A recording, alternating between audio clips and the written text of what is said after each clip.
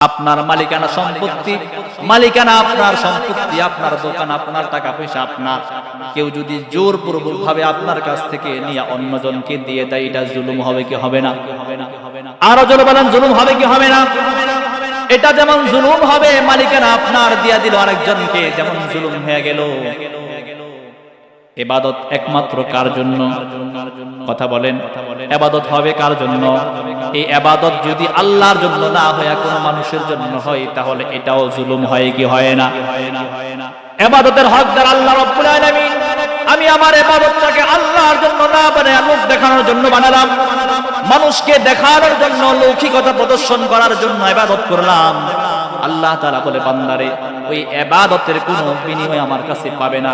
নামাজ বলেন, রোজা বলেন, হজ বলেন, যাকাত বলেন, দান সদকা যাই কিছুই করেন না কেন, যদি লৌকিকতা প্রদর্শনের জন্য হয়, ধরেন নামাজই পড়েন, একজন আপনার নামাজটা দেখতেছে দূর থেকে, মনে মনে ভাবলেন উনি আমার নামাজ দেখতেছে, এজন্য নামাজটাকে সুন্দর করে দিলেন, রুকু সেজদা ধীর স্থির ভাবে করতেছেন, রুকুতে খুব তাসবিহ খুব ধীর স্থির ভাবে পড়তেছেন, সময় একটু বেশি কাটাইতেছেন, মনে মনে ভাবতেছেন উনি আমার নামাজ দেখতেছে, মনের মধ্যে অহংকার দিয়া ঢুকে গেল। হাসরের মাঠে রব্বুল আলামিন ওই ব্যক্তিকে বলবেন, তুমি যে নামাজটা পড়েছো আজকে তার বিনিময় আমার কাছে নাই। কেন নাই? তুমি যে নামাজ পড়ছো মনে মনে তুমি ভাবছো তোমার নামাজ তাকে দেখাইতেছো, অতএব যাকে দেখানোর জন্য নামাজ পড়েছো আজকে বিনিময় তুমি তার কাছ থেকে নিয়ে নাও, আমার কাছে তোমার কোনো সম্পর্ক নেই। এই জন্য ইবাদতের হকদারকে আরো জোরে বলেন কে? এই জন্য লুকমান আলাইহিস সালাম সন্তানকে বললেন, ইয়া বুনাইয়া লা তুশরিক বিল্লাহ ইন্নাশ শিরকা লাযুলমুন আযীম। খবরদার বাপরে, খবরদার, আল্লাহর সাথে কখনো শরীক করা যাবে না।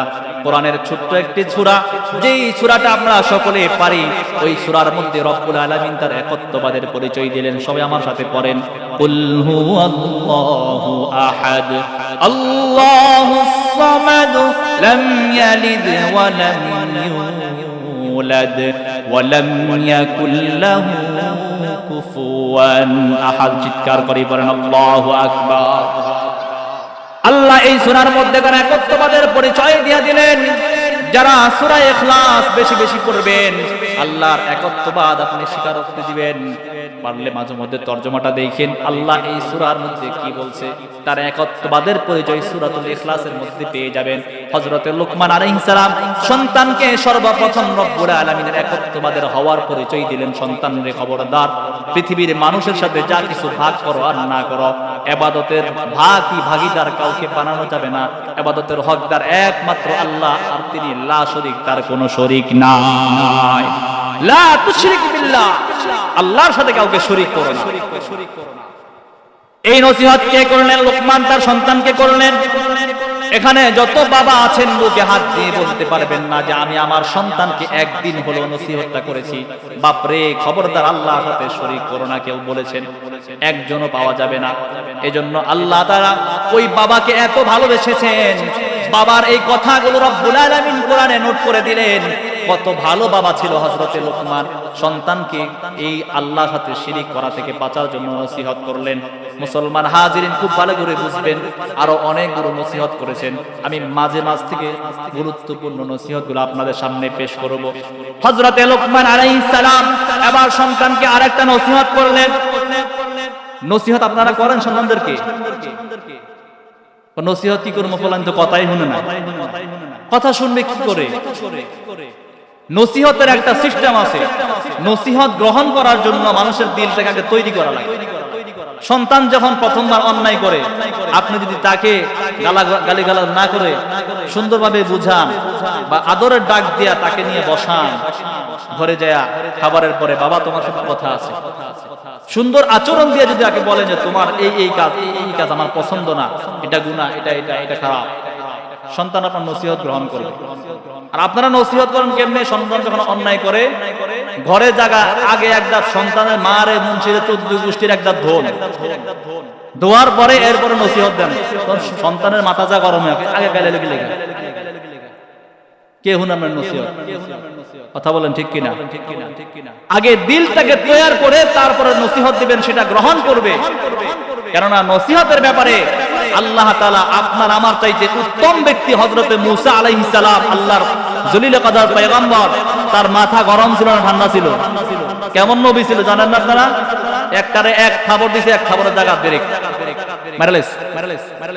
এত মেজাজ গরম ওরা নবীকে পর্যন্ত আল্লাহ যখন মুসার কাছে দাওয়াতের জন্য পাঠালেন, আল্লাহ তাআলা বলে দিলেন তার সাথে নরম ভাবে, নম্রতার সাথে দাওয়াত দিবে, নরম ভাবে, খুব সুন্দর ভাবে নসিহত তাকে করবে। হতে পারে সে তোমার দাওয়াত কবুল করতে পারে।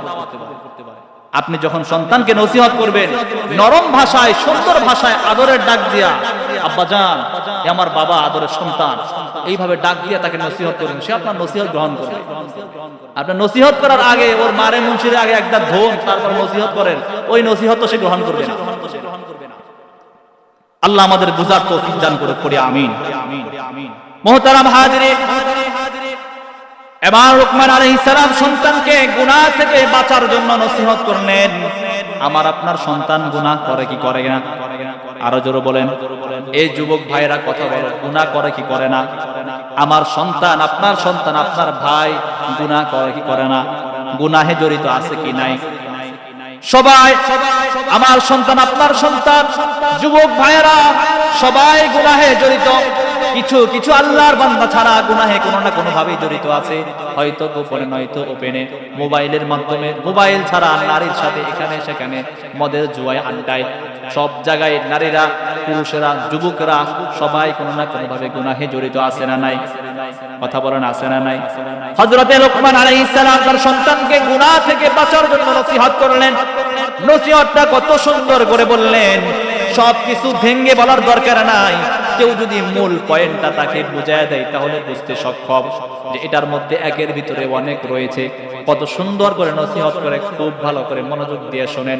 আল্লাহর কোরআনে হযরতে লুকমান আলাইহিস সালামের ওই নসিহতকে রব্বুল আলামিন নোট করে দিলেন। তার কোরআনে তিনি বলেন, আল্লাহ তাআলা বলছেন, ইয়া বুনাইয়া ইন্নাহা ইন তাকু মিসকালা হাববাতিন মিন খারদালিন ফাতাকুন ফি সখরাতিন আও ফিস সামাওয়াতি আও ফিল আরদ। আল্লাহ তাআলা বলছেন, আও ফিস সামাওয়াতি আও ফিল আরদ ইয়াতি বিহাল্লাহ ইন্নাল্লাহা লাতীফুন খাবীর। লুকমানের কথা আল্লাহ তাআলা তার কোরআনে উঠায়া দিলেন। লুকমান আলাইহিস সালাম সন্তানকে কত সুন্দর করে গুনাহ থেকে বাঁচার জন্য নসিহত করে। দেখেন, সন্তানকে বলে নাই এটা এই গুনাহ, ওটা ওই গুনাহ, ওটা ওই গুনাহ, বড় গুনার জন্য আল্লাহ ধরবে, ছোট গুনার জন্য আল্লাহ ধরবে না, এমন নসিহত করেন নাই। বরং এমন সুন্দর নসিহত করলেন যেটা আল্লাহ তার কোরআনে আমাদেরকে জানায়া দিলেন, পৃথিবীর মানুষ শিক্ষা নাও আর তোমাদের সন্তানদেরকে তোমরা নসিহত করে গুনাহ থেকে বাঁচানোর চেষ্টা করো। খালি নিজেই 5 ওয়াক্ত নামাজে মসজিদে কপাল ঠোকাইলাম, কপালে দাগ পড়ে গেছে, সন্তান নামাজ পড়ে না একটাও। আছে না নাই? নিজে তো চিল্লা তাবলীগ করে সবকিছু ফিটফাট, আমার ঘরে আমার পুত্রবধূ, আমার নিজের বউ নামাজ পড়ে না, পর্দা করে না। আছে না নাই? কথা বলেন, আছে না নাই? আল্লাহকে শুধু নিজেকে বাঁচার জন্য বললেন? হ্যাঁ, শুধু নিজেকে বাঁচার জন্য বললেন? রাসূল করিম সাল্লাল্লাহু আলাইহি ওয়াসাল্লাম হাদিসে পাকের মধ্যে বলেছেন, যার অধীনস্থ যারা আছে, ঘরের মেম্বার যিনি, ওনাকে জিজ্ঞেস করবে তোমার অধীনস্থ যারা আছে সকলকে তুমি কি আদেশ করেছো কিনা, নিষেধ করেছো কিনা, জিজ্ঞাসিত হবে। স্বয়ং আল্লাহ তাআলা তার কোরআনের মধ্যে বলেছেন, ইয়া আইয়ুহাল্লাযীনা আমানু কু আনফুসাকুম ওয়া আহলিকুম নারা। আল্লাহ তাআলা বলছেন, হে ঈমানদারেরা, কাদেরকে বলছেন? কথা কয় না, কাদেরকে বলছেন? ঈমানদারদেরকে বলতেছেন, হে ঈমানদারেরা, কু আনফুসাকুম ওয়া আহলিকুম নারা, নিজে জাহান্নামের আগুন থেকে বাঁচো। নিজে বাঁচার পরে পরিবার পরিজন অধীনস্থ যারা আছে তাদেরকে জাহান্নামের আগুন থেকে বাঁচানোর চেষ্টা করো। শুধু কি নিজেকে বাঁচার জন্য বললেন না, অধীনস্থ যারা আছে তাদেরকে বাঁচানোর জন্য বললেন? কথা বুঝেন না মনে হয় আমার। নিজে বাঁচতে হবে না, পরিবার যারা আছে অধীনস্থ সকলকে বাঁচানোর চেষ্টা করতে হবে। আমি তো মাশাআল্লাহ সিজদা দিতে দিতে কপালে দাগ পড়া নিজেকে অনেক বড় পিশাব মনে করি। আমার ঘরে তো অনেক সদস্য নামাজই পড়ে না।